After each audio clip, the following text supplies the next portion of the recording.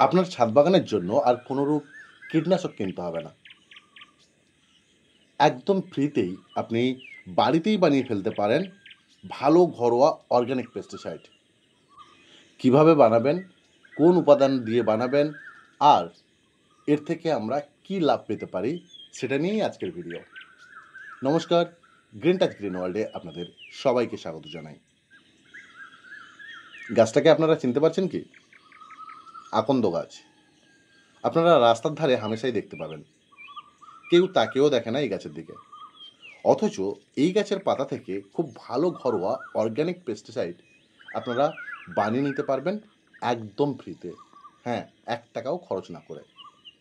এর জন্য যেটা আপনাদের করতে হবে, এই আকন্দ গাছ থেকে 4 থেকে 5টা পরিণত পাতা ছিঁড়ে আনুন। তবে পাহাড়ি সাদা বড় আকন্দ গাছ থাকলে সেটা খুব ভালো কাজে দেয়। পাতা ভাঙার সময় দেখবেন এর থেকে দুধের মতো আঠা বেরোচ্ছে। এই আঠার মধ্যে থাকে ক্যালোট্রোপিন। এই আঠা হাতে লাগলে ইরিটেশন হতে পারে, আর চোখে লাগলে চোখের যে কোনো সমস্যাও হতে পারে। তার জন্য আপনারা চশমা এবং গ্লাভস দুটোই ব্যবহার করে কাজ করবেন। এর ফাঁকে আপনাদের কাছে অনুরোধ রইল, প্লিজ চ্যানেলটিকে সাবস্ক্রাইব করে পাশে থাকুন আর বেল আইকনটাও অন করে দিন, যাতে কৃষি বিষয়ক সমস্ত ভিডিও আমার চ্যানেলে আপলোড করা মাত্রই আপনার কাছে খুব সহজে পৌঁছে যায়। তাহলে আমরা উপাদানটা পেয়ে গেলাম, অর্থাৎ আকন্দ গাছের পাতা। এবারে আমরা এটা কিভাবে বানাবো? এর জন্য আমরা হামানদিস্তা ব্যবহার করব, কোনোরূপ মিক্সার গ্রাইন্ডার নয়। পাতাটাকে ভালোভাবে থেতো করতে হবে। চলুন তাহলে পাতাটাকে থেতো করে নিই। দেখছেন কীভাবে আঠা বেরোচ্ছে? এভাবে গ্লাভস পরে কিন্তু কাজ করবেন, সাথে চশমাও লাগাবেন যাতে এই আঠা ঠিকরে আপনার চোখে গিয়ে না পড়ে। Always safety first. আর হ্যাঁ, এই পর্যন্ত যদি আপনাদের ভিডিওটি ভালো লেগে থাকে তাহলে প্লিজ লাইক এবং কমেন্ট করুন, যাতে আমি মোটিভেট হই আপনাদের জন্য কৃষি বিষয়ক এমন ভিডিও বানানোর জন্য। তার সাথে ভিডিওটিকে শেয়ার করে দিন যাতে অন্যের কাজে লাগে। মোটামুটি আমার এখন থেতো করা কমপ্লিট। কতটা থেতো করেছি চলুন আপনাদের দেখিয়ে দিই, আর কেনই বা মিক্সারে করলাম না সেটাও আপনাদের বলি। মিক্সারে করলে কি হয়, একদম পেস্ট হয়ে যাবে, যেটা পরবর্তীতে স্প্রে করার সময় স্প্রেয়ার চোট হতে পারে।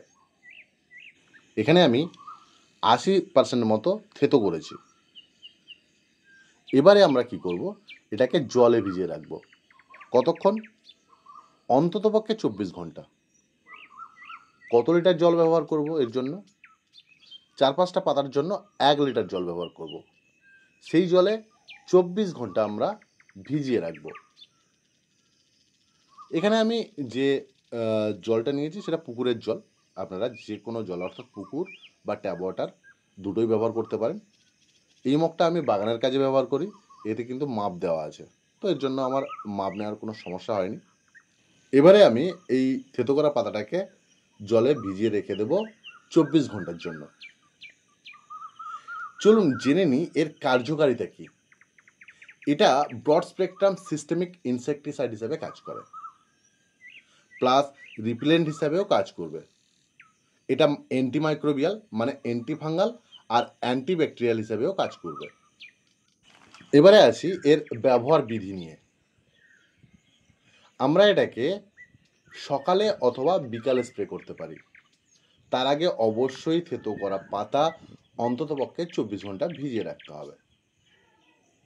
এখানে যে আমি বোতলটা ব্যবহার করেছি সেটা আপনাদের দেখানোর জন্য। জাস্ট এই যে মিশ্রণ বা এই যে অর্গানিক পেস্টিসাইডটা আমি তৈরি করলাম সেটা আমি নিজে ব্যবহার করছি কিনা। এই যে অর্গানিক পেস্টিসাইড আমরা কতদিন অন্তর ব্যবহার করতে পারি? সপ্তাহে একবার। এটা পোকামাকড়ের উপরে কিভাবে কাজ করে?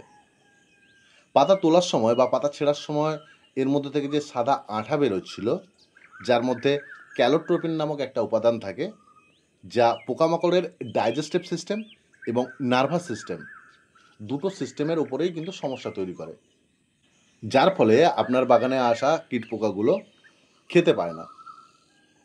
এই মিশ্রণ কিন্তু পোকামাকড়কে একেবারে মেরে ফেলে না।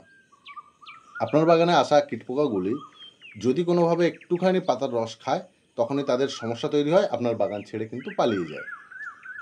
এই মিশ্রণ থেকে অ্যান্টিফাঙ্গাল এবং অ্যান্টিব্যাকটেরিয়াল উপাদান যেটা আমরা এক্সট্রা বেনিফিট হিসেবে পাই, সেটা অ্যাজ এ প্রিভেন্টিভ হিসেবে কাজ করে, কখনোই কিউরেটিভ হিসেবে কাজ করে না। তাই আপনার বাগানে যদি কোনো রোগ ছত্রাক ঘটিত বা ব্যাকটেরিয়া ঘটিত রোগ এসে থাকে, তখন কিন্তু এটাকে ব্যবহার না করাই ভালো। অ্যাজ এ ইনসেকটিসাইড হিসাবে আপনারা এটা শুধুই ব্যবহার করবেন। দ্বিতীয়ত, আপনারা যখন প্রথমবার ব্যবহার করতে যাচ্ছেন আপনার গাছে, একটা দুটো গাছে স্প্রে করে দেখবেন যে ওর মধ্যে কোনোরূপ সমস্যা তৈরি হচ্ছে কিনা। সমস্যা বলতে স্কর্চিংয়ের প্রবলেম আসতে পারে। স্কর্চিং মানে হচ্ছে গিয়ে পাতা পোড়া। তো এই ব্যাপারটা আপনারা দেখে নেবেন, তারপরেই কিন্তু ব্যবহার করবেন। কি কি সতর্কতা অবলম্বন করবেন সেটা আগেই বলেছি। নিজেদের জন্য গ্লাভস এবং চশমা, আর গাছের জন্য অর্থাৎ যখন প্রথমবার ব্যবহার করব তার আগে একটা দুটো গাছের ট্রায়াল দেওয়া, এটাই হচ্ছে এর সতর্কতা। বেশি বেশি করে গাছ লাগান আর পৃথিবীটাকে সবুজে ভরিয়ে তুলুন। নিজেও ভালো থাকুন আর আমাদের সুন্দর পৃথিবীটাকেও ভালো রাখুন।